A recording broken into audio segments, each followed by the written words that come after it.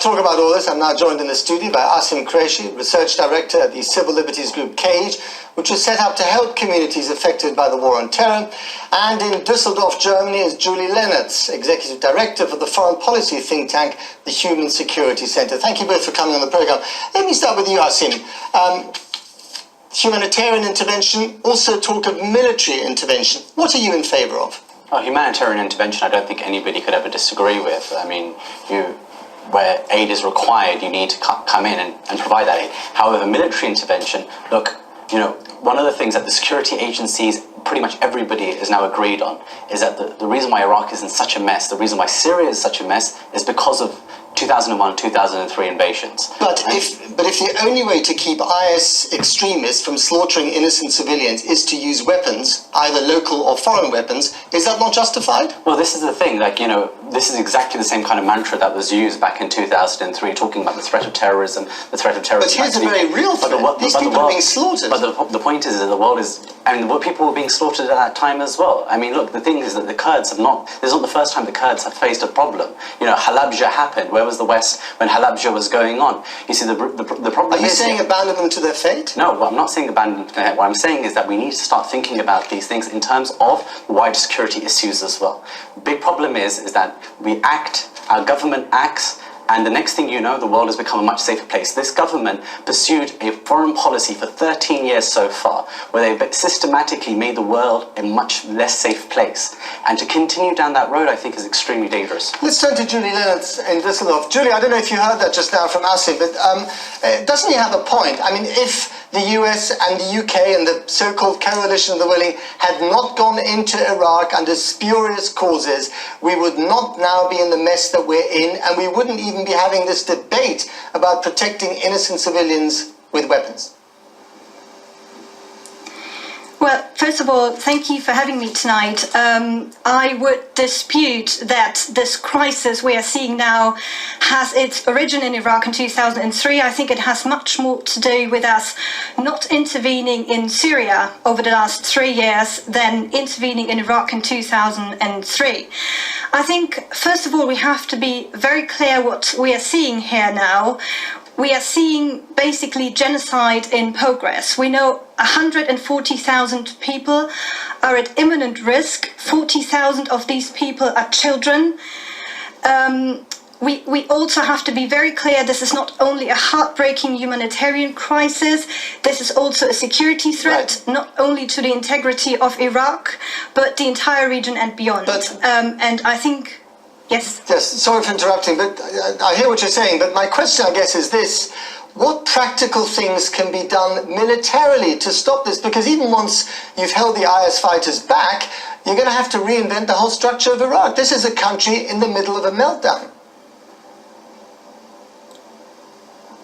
Yes, I think, well, the priority at the moment, first of all, has to provide humanitarian assistance to the people trapped on the mountains. I mean, they've been trapped there for days now without food, without water, without anything to sustain them. I think this has to be the priority. And then secondly, I think, as I said before, we are looking at genocide in progress. And I think we have to keep a military option on the table to deal with this threat. And I think the UK should join the US in its airstrikes campaign. We know that about 20,000 people were able to flee the mountain after the US engaged in some airstrikes. Okay. Let me just put that point to Asim Qureshi. You heard it there. Airstrikes stopped the advance of genocide. What argument could you put against that? Look, the thing is that what we're talking about is the issue of security in general. And the reality is that every time interventions take place, things become less safe, okay? And one of the things that the UK government has been charged with is a double standard and a hypocritical approach towards its foreign policy. So you can see the massacres that are taking place in Syria, the massacres that are taking place in Gaza right now, and yet nobody talks about about intervention in the way that they are now talking about it in a country that's oil-rich like Iraq, like it was Libya as well. But they did talk about intervention in Syria, and it didn't work. I mean, he wanted it, and it didn't work. But now we're talking about going to Libya. Why go into Libya, and now why talk about going into Iraq in a real way? Nobody ever really thought that the British government was ever serious about going. But how does that intellectual argument wash with the children and the mothers who are dying on the mountains? I agree with that, but I think the point is that this is about using other forms of intervention and other forms of power in order to make a change here. Because the received wisdom from 2003 for the whole war on terror, in fact, is that every time you intervene, the world becomes less safe. Okay, Julia Lennox, let me put that point to you. Military intervention was used by the US and the UK, and you could argue that they messed it up. Why should anyone trust them to get it right the second time round? Well, first of all, I would dispute the argument that somehow every time we intervene, things get messier. I think groups such as ISIS, they hate us not only because of what we do, but who we are. So regardless of what we are doing, they will always come for us. I think we strongly have to reject the line that somehow our foreign policy is to blame for groups such as ISIS. Secondly, I think intervention has to be judged on every single case. You cannot say because it didn't work in Iraq in 2003, and again that is disputable, that automatically disqualifies us from intervening. Now we've seen intervention working, right, for instance in Sierra Leone, in Kosovo. We had regrets not intervening in Rwanda. So I think there is, a pro and contra point to every argument you can make, and I think the picture that has been painted here is very black and white. All right, one more brief one to you, Asim. Do you support the establishment of a caliphate?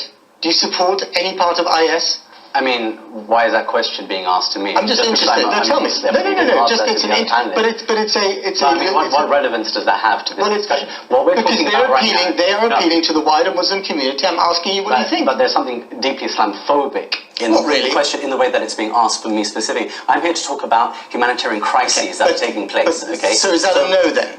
Sorry? Is that a no to my question? Well, in the way that this has been established, they're absolutely not. I don't agree with whatever they're doing over there right now, but that's not the point. The point of our discussion is about this, is that ISIS does not exist if Iraq is not invaded, if Abu Musa al-Zarqawi does not arise out of the fighting that takes place, but it doesn't spill over to Syria and then comes back into Iraq. So to claim that it doesn't stem from the Iraq war, I think is completely wrong. But isn't that the point? Because what I'm not hearing you say is outright condemnation of what IS is doing to civilians in that part of the world. Of course. I mean, once again, the only reason you're asking me that question is because I'm a Muslim and not for any other reason, because there is an assumption built into your question that all Muslims think alike and that somehow... That is not true. It is true. Otherwise, as a moderate Muslim, don't you have a responsibility to spread the moderate message? I don't qualify myself in terms of moderate whatever else, because I don't think you have that qualification to be able to say that, But the point is that, yes, where crimes are taking place, and we have been very clear about this, where there have been crimes, war crimes taking place, yes, people should be held to account, But to say that somehow, all Muslims should be condemning everything, I think that's deeply offensive. Asim Qureshi, thank you very much. Judy Lennox from Düsseldorf.